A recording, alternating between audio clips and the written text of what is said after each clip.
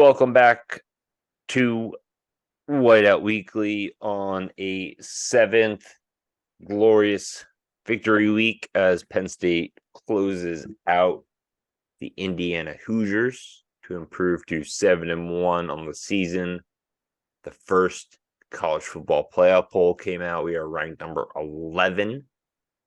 Surprised, Dave, to see Ohio State is number 1.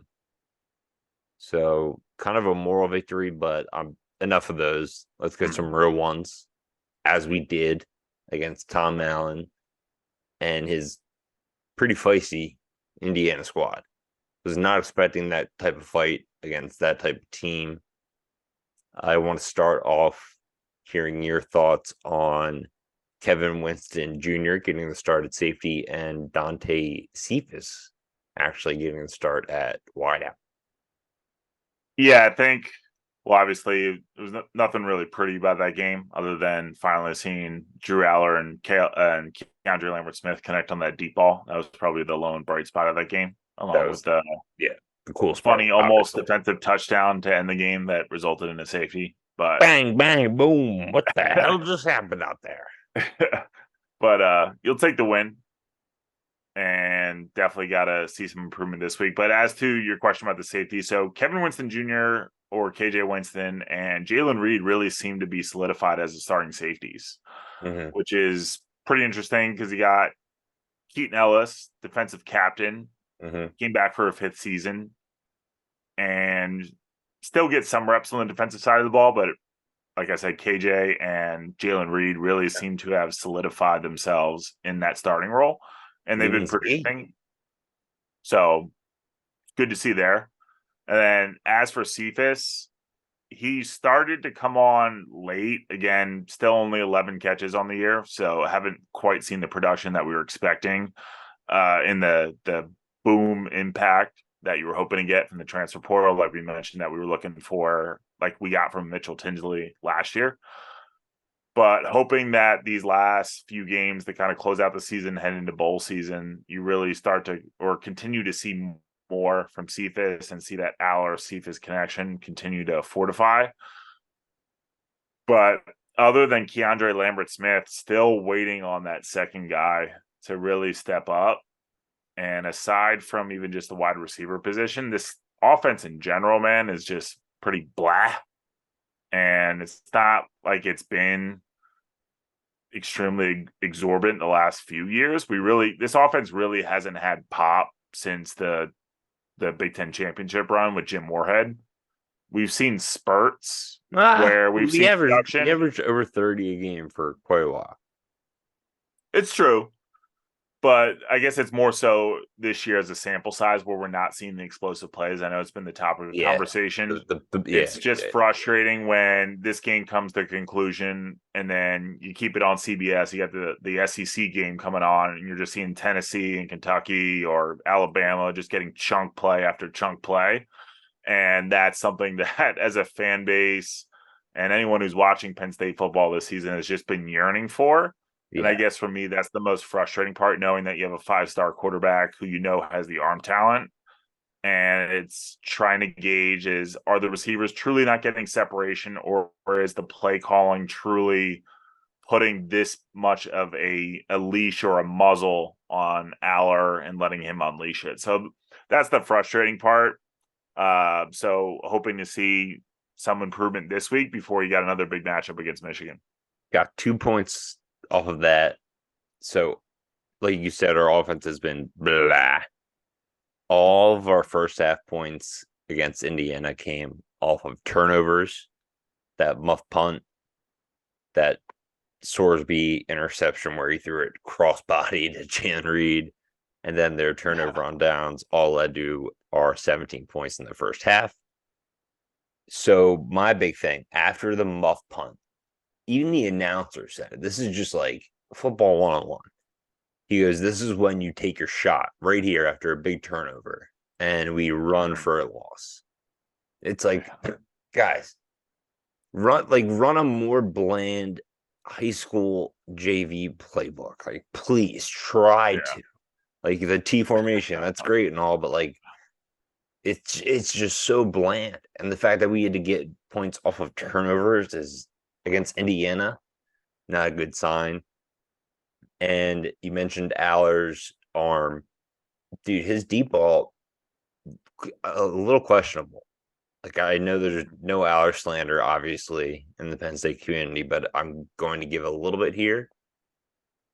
There's one pass to Cephas, didn't get a great release, didn't have great separation, but also Aller put no air under the ball.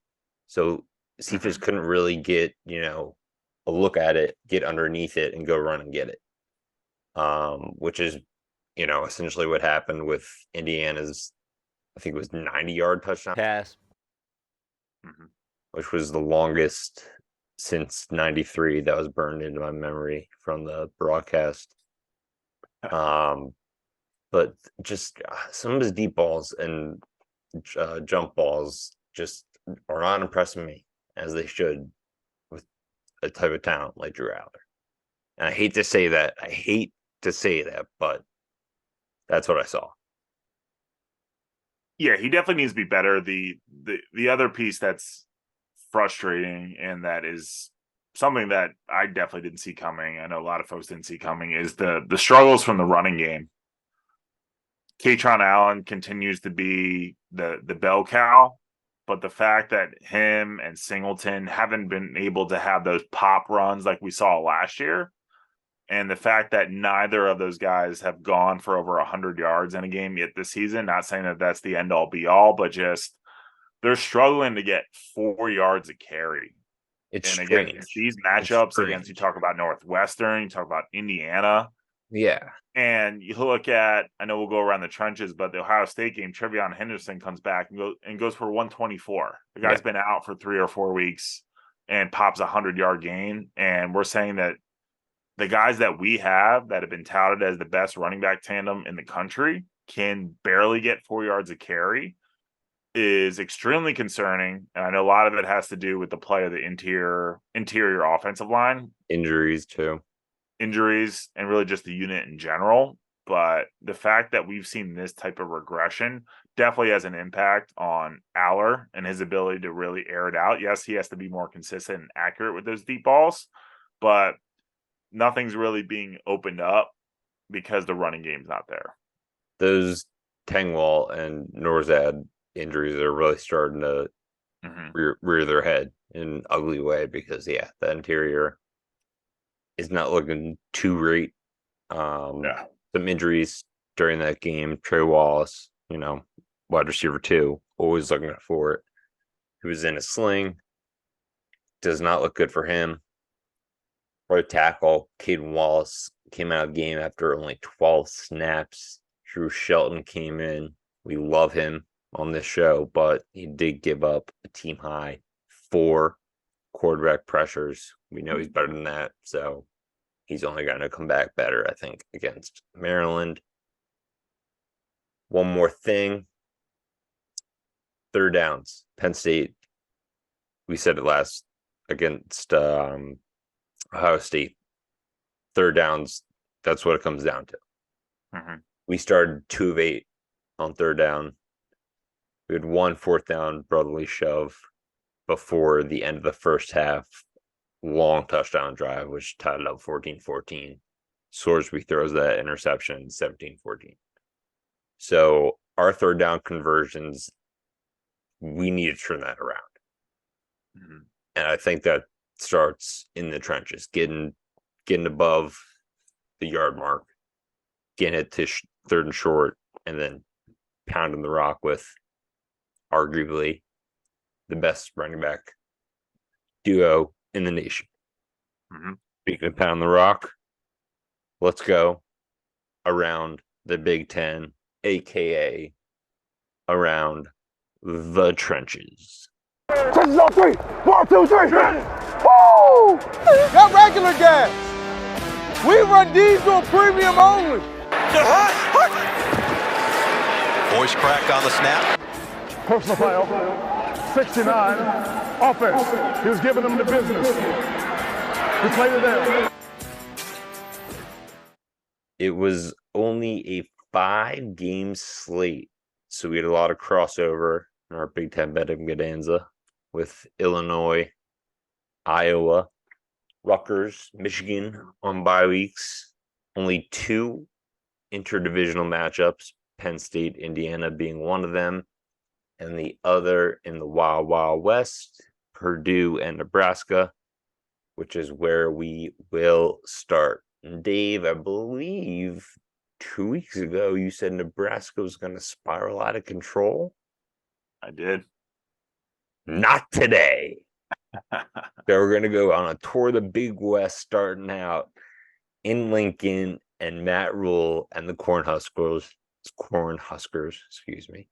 not spiraling yet. 31-14 win. Now 1 win from bowl eligibility. Their first, this is crazy, first 3-game winning streak for Nebraska since 2016. Defensive lineman Ty Robinson, after the game in the locker room, said, "We're all buying in to Matt Rule." So is that Nebraska game, back? Oh, Nebraska's back. In my mind, they are way back, all the way back for this season, for covering purposes only. Not back in terms of a contender. But in terms of the game, it was a cold, frosty, mid-30 temperature tundra at Memorial or Lincoln Stadium, which is exactly how the Cornhuskers defense likes it. They held Purdue's offense to 196 total yards, only 99 passing yards, which is the fewest yards through the air for Purdue since 2016. So you're noticing a trend here. 2016, 3-game winning streak. So the Cornhuskers partying like it's 2016. And that's even with Nebraska's quarterback, Harburg, losing 2 fumbles within their own 25-yard line. And as a team, they lost 4 of 5 fumbles in that frozen tundra. Probably wish they had Tom Brady's ball boy to kind of deflate those balls, make them easier to grip. Just kidding. Not really. But shout out to freshman running back. I shouted him out last week, Emmett Johnson. He now has 2 straight games with over 70 rushing yards. Illinois is a team to look out for in the future. I think the next couple years, Nebraska is a team to look out for in the next couple years. They're now 5-3 overall, 3-2 in conference, and in a 3-way tie in that Wild Wild West for the finale, actually, of the Big Ten Wild Wild West. So they're tied with Iowa, who is off with the bye, and Minnesota, who we'll talk about right now. Davey, they played Michigan State, correct? Yes, Minnesota de-shielded the mighty Sparty, who they are spiraling out of control. Obviously, they had some unprecedented circumstances going on, but they continue to have a downward spiral season as they're now 2-6. Mm-hmm. Minnesota, though, like you mentioned, right there at the top with the wide open Big Ten West. Over under on this game was 39.5. Vegas, man. Vegas, baby. They get it. Game finished with a final total of 39. It's getting to that point where everyone loses their money by this time of the season. Yeah. And this is where Vegas has their data. They have all their numbers. They're so sharp with those numbers that by Thanksgiving, they're hoping that everyone's bankroll's 0. Yeah. So be very careful with your bets. They cut right into those wallets just in time for some holiday gift expenditures. Take underdogs. That's all I'm saying. Bet at your own risk.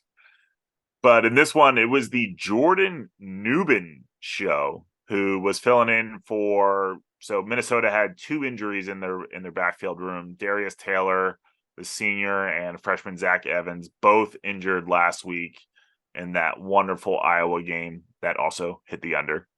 Is Newman a freshman as well, or is he a Newbin is I believe he's a freshman or a sophomore. Interesting story here. He's a converted safety Ooh. who was a safety last year on that Minnesota team, now in the running back room. 7 carries, 25 yards through the first 7 games of the season. Matt, he had 40 carries in this one. What? 204 yards and 40 carries by himself? touchdowns. 40 carries. It was quite literally the Josh Newbin show. So the 40 carries I already love. But I just love converted players that convert from different positions. For some reason, I just root all out for them. But the fact that he had 40 carries, are you kidding me? Yeah. I know he's in the Big Ten, but he's a top 5 dog right now for me. Not just the Big Ten West. Yeah. Oh, he's top 3 Big Ten West. Top 3. Dog. But this was a close matchup through half number 1. It was 10-6, I believe, at halftime. The Spartans had a couple of opportunities where they had 2 drives starting in Minnesota territory, actually inside the 35, and both of those ended up in field goals. So of course, weren't able to capitalize. And in the second half, and quite frankly, the fourth quarter, Minnesota literally ran away with this one, where they had a 9-play drive early in the fourth, where 8 of those 9 plays were carries by Newbin, which he capped off that drive with an 18-yard run. And then late in the fourth, a 7-play drive, which Newbin toted the rock 6 times and had his second touchdown of the game to ice it. It was a 2-yard touchdown run. For the Spartans, a little bit of QB controversy. Not a lot going on to spark controversy, more of, hey, we're just not getting the production that we have. But true freshman Sam Leavitt replaced also freshman QB Caton Hauser in the fourth quarter after Hauser was 12 of 22 for a measly 117 yards. And like you mentioned, Minnesota now part of I think it's actually a 4-way tie, as Wisconsin's also buried in that mix at 3-2. But Minnesota, I believe, holds the tiebreaker, at least over Iowa, because they had that win over Iowa. I'm not sure how everything else transpired, but it's a 4-way tie at the top of the swamp. Would never ever guess that.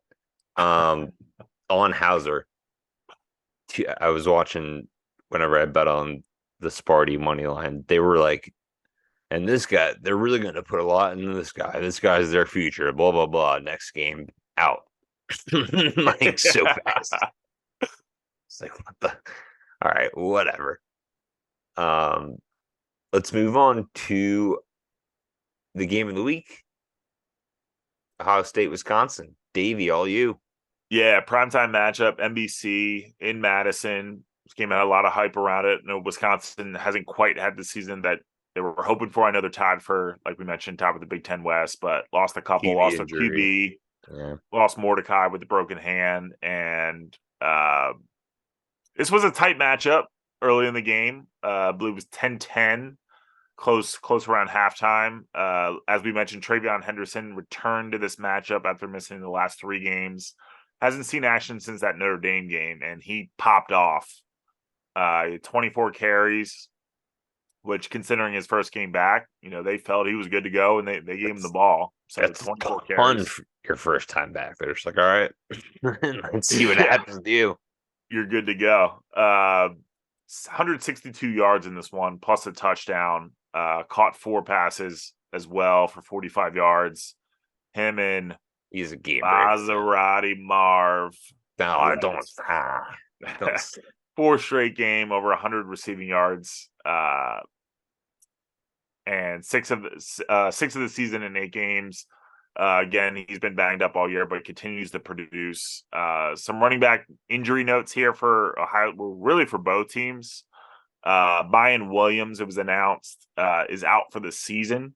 Ooh. He had season-ending surgery, so they better hope that Travion's good to go. For the remainder of the way. Braylon Allen for Wisconsin also got injured in this one. It was towards the end of the first half. He was trying to stretch out a touchdown run on a 3rd and goal try and suffered a lower body or a leg injury Oh, So no. time will tell. I mean, they already lost Mordecai. If they lose Allen, that'll be a tough break as they try to finish out the year and try to become bowl eligible. That's game over. GG's. Some other storylines from this one. So Ohio State, obviously we know that they've owned us over the last several years. Well, they also own the Badges with 10 consecutive wins in their last 10 meetings. Wow. So they, like for us, we're not the only team that Ohio State owns. Obviously we want to break that mold, but Wisconsin's right there with us. Kyle McCord struggled in this one, 3 total turnovers. He had 2 picks, and then he also had a fumble and a 4th and goal opportunity. So he's getting the production he needs. Helps when you have a guy like Marvin Harrison, but when he gets rattled, as like we talked about the preview last week, where he's prone to mistakes. And for Wisconsin at the QB spot, Braden Locke filling in for Mordecai, like we mentioned, who's out for the year, the true freshman. Really struggled in this one. Second career start, 18 of 39, 164 yards. 1 touchdown, no interceptions, but with Allen going out of the game and him being forced to throw the ball, just kind of played right into Ohio State's hand on defense. And they weren't really able to get this one any closer in that second half. Ohio State just kind of pulled away and shut the door on them. So, yeah, Wisconsin part of that 4-way tie, but looking like they're going to be out of it pretty soon. Yeah. And side note, I said Chad Locke like all last week talking about Wisconsin's quarterback. I meant to say Brad Locke because I didn't want to say Braden. We'll move on to the last game the team we're going to face this week, Maryland Northwestern. It was a shocker as the Northwestern Wildcats emerge from the depths of the Big Ten swamp to beat Maryland 33-27. And Dave, if I said I didn't know anything about football before, I'll reiterate that fact because this Northwestern offense is an absolute anomaly. I said last week they were the worst offense in sports. They go out. Brendan Sullivan throws for 265 yards and 2 touchdowns.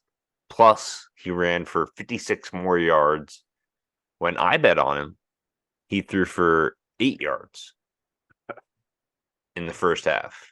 This game, in the first half, he was freaking Joe Montana out there. 12 of 14 for 159 yards, 2 touchdowns, no interceptions. So I just don't know football. Or I don't know Northwestern football. That's what I should say. A little bit of controversy. Maryland was without their co-offensive coordinator, Kevin Sumlin. I believe it's, that Kevin Sumlin, who was arrested in Florida, I believe, during their bye week. It was on October 22nd. So that kind of lines up. So he was without the team. And this one was a back and forth heavyweight fight. Maryland's down 27-33. 3 minutes left in the game. They're driving. Talia, there's a pick to seal the game. Ends with 274 yards through the air, 3 touchdowns, but was sacked 6 times, including a sack fumble. So 2 turnovers for Talia. Maryland coming in to this Penn State game struggling. They won their first 5, and then they were up on Ohio State 17-0 before giving up 24 unanswered points. They had the Kevin Sumlin controversy during the bye week, distraction, and then they just lost to the worst team in the Big Ten. And now they bring down the number 11 ranked team in the college football rankings, the Penn State Nittany Lions, who are 8.5-point favorites on DraftKings. I was reading a lot of articles about double-digit favorites, so I probably started that, got bet down. The over-under on DraftKings is 51 on the dot, 50.5 on FanDuel. This is as of Wednesday. Some facts some historical facts on this game. Penn State 7-0 straight up, 6-2 over their last 7 matchups. The under is 7-2 in their last 9 matchups. So I didn't want to. I asked Dave if I should say this before the podcast, but I'm going to say it. I don't want to be the jinx cat here. Shout out to Meet the Parents, but I'm going to do it anyway because this game is a family blood feud, as we've discussed for 2 seasons straight. My family is split straight down the middle, Maryland, Penn State. So I'm putting this out there. Penn State hasn't lost in College Park since 1961.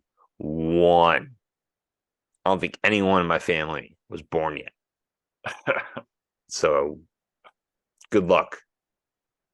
Going deeper into this game, Dave, is there anyone, because Maryland does have a bona fide offense that can put up points, as we saw against Ohio State, who has a legit defense, and then last week against Northwestern. Mm-hmm. So do you see anyone being a problem for Penn State on their offense, maybe on the defense?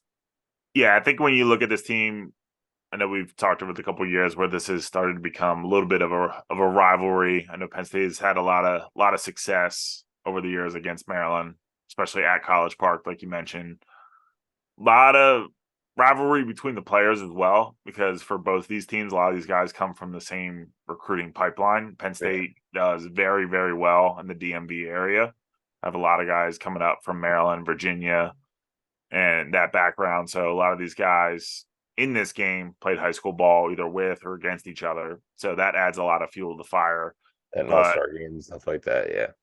But if we've seen anything over the last couple of years, is that Mike Loxley knows how to recruit. And he's brought in a lot of talent into College Park. Hasn't really come to fruition on the field and from a record standpoint, but they always pose a threat with the guys that they have. So a couple guys that come to mind for me are, I know he was a big spotlight when we did the preview last year against Maryland, but running back Roman Hemby, he's a big back, 6'2", 202 pounds. Hasn't really had much success on the ground this year. Most of his games, he's getting about 15 carries, 50 yards. So pretty, to use the word again, blah.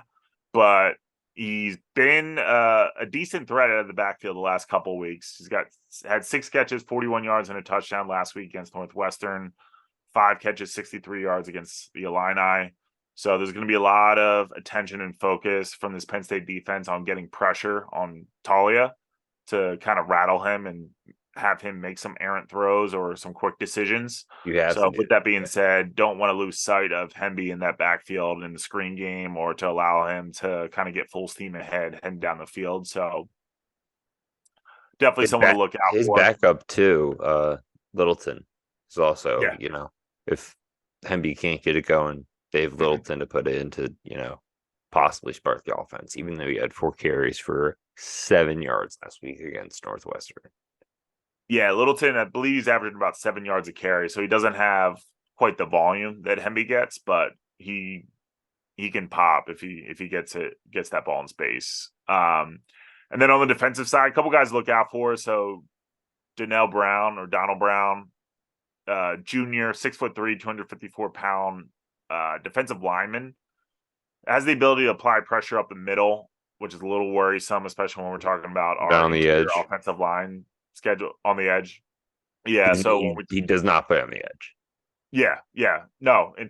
He's defensive lineman, but he has the ability to, like I said, apply pressure, which is worrisome for our interior offensive line who's struggled and needs to continue to kind of fortify themselves, but also has the ability to drop into coverage.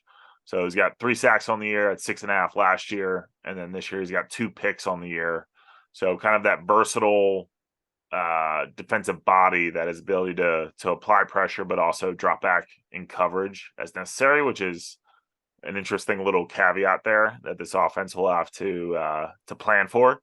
Again, and then, like a Madden user, basically, it's like a user control D tackle, going around and then drop back in it. Yeah, exactly. Wow, that would be infuriating to play against. And then lastly, at defensive back, Tarheeb Still, senior defensive back. He's got 3 picks on the year. Was a little banged up last week against Northwestern, but looks like he'll be giving it a go this week. Brings a lot of leadership to that secondary. And like I said, if you put the ball, give him a chance to go after it, he's shown the ability to be able to come down with it. So I have to be mindful of him, especially when you're talking about our receivers who haven't been able to get much separation. So we expect him to play a role in trying to shut down either Lambert Smith or continue to shut down or try to shut down the rest of that wide receiver group. Yeah, speaking of receiver, I'm going to go with my Maryland possible impact player. I said it last week, Manny Diaz defense.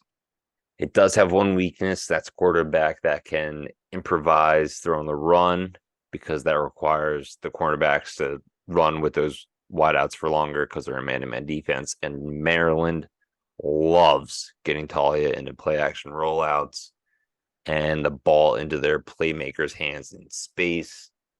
Last week, Indiana had one play over 40 yards coming into that game and racked up 2 plays over 40 yards in the first half. So my impact player is going to be the guy that averages the most yards per catch on Maryland's team, and that is 6'4", 212-pound wideout Caden Prather. So the Terps have a lot of weapons in their passing game. Jashawn Jones, who operates mostly in the slot. I think Hardy's been the definition of the faceless defense, so no problem there. Mm-hmm. They have Ty Felton, who's running on the other side, but Prather is that third option, if you will. It's really whoever has the hot hand or has the mismatch. But over Maryland's 3-game skid, they did lose to Illinois as well as Northwestern. I forgot about that. He's had 12 catches for 172 yards on 22 targets and a team high 2 touchdown catches.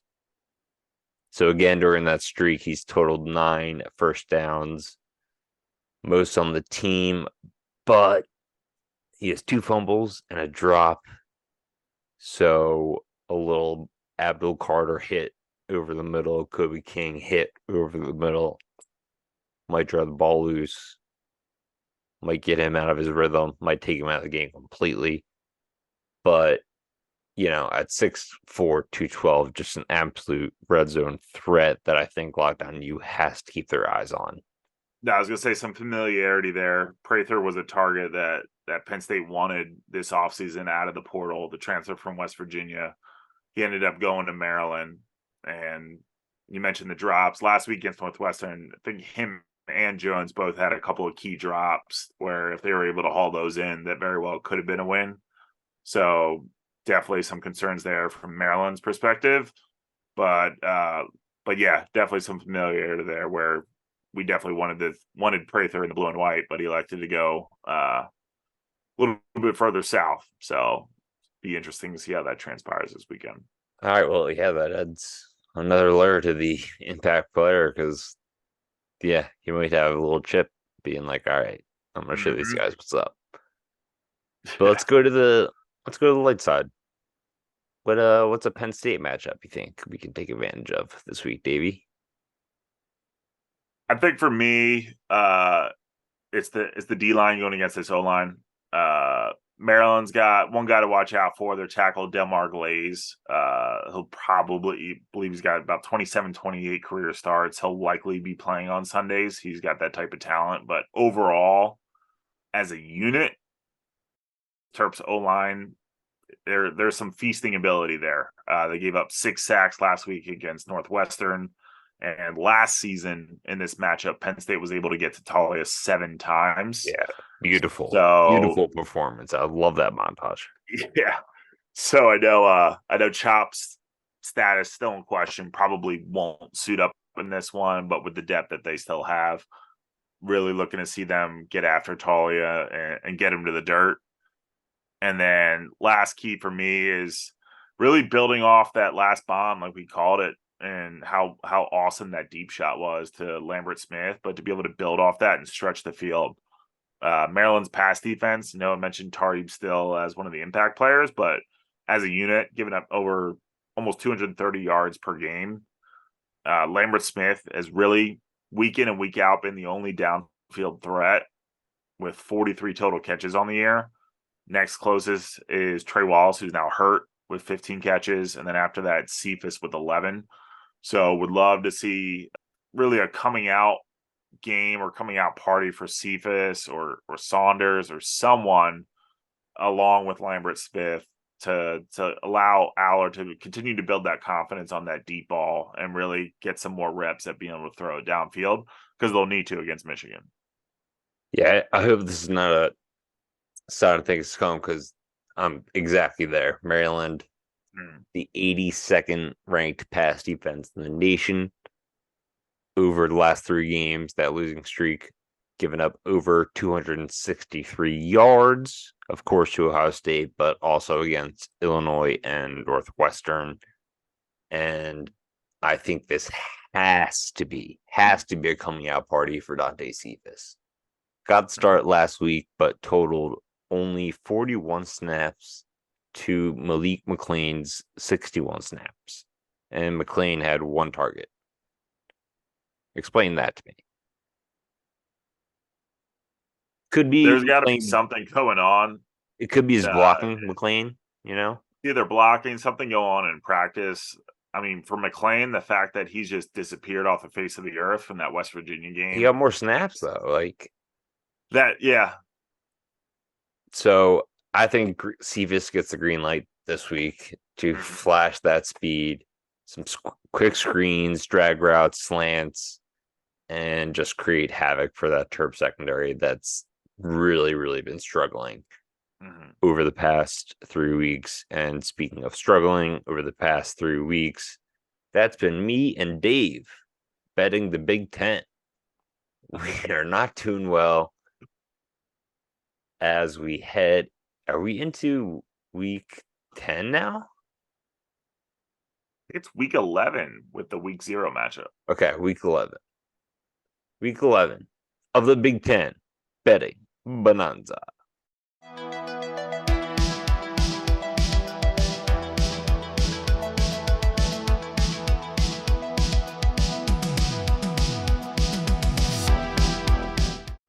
It is week number 11.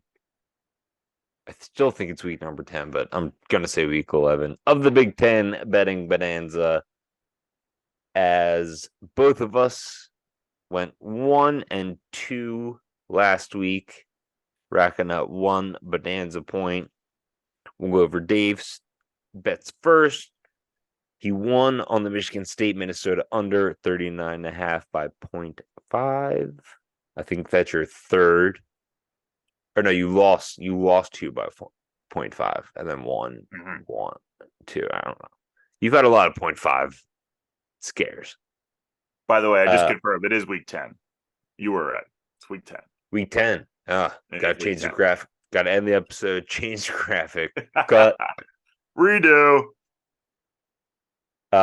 His second game, Maryland Northwestern under 48.5. And that went to 60 because, again, Northwestern's offense is just an anomaly. Yeah. Purdue money line plus 112. They lost straight up to Nebraska. So on the season, Dave winning record 14-13, 18 Bonanza points. Over to my side, which is pretty disgusting. I went for the home run shot, Michigan State money line plus 225. That obviously failed. Never doing that again. Maryland minus 13.5. I mean, just Northwest. I just need to stay away from Northwestern. That's pretty much what it means. And then I had Nebraska first half minus 0.5. They're up 14-0.5. My only win. I am 11-16 on the season. with 11 Bonanza points. And we are going to head into week number 10 as Dave, you're up. So check ball, your first pick, sir. I'm going to make this real simple. I think this is a bounce back week for the Cover Kings. Exactly. Yeah. That success continues against the Terps in College Park. No Jinxie Cat. Nits minus 8.5 all day. 8.5. That's tough. Okay. I'm going to go with, I said it the past 2 weeks. I think this kid is an absolute dog. And he's going against a team that I just said I would never bet against / touch again. Michigan State. Disgusting. Get out of here.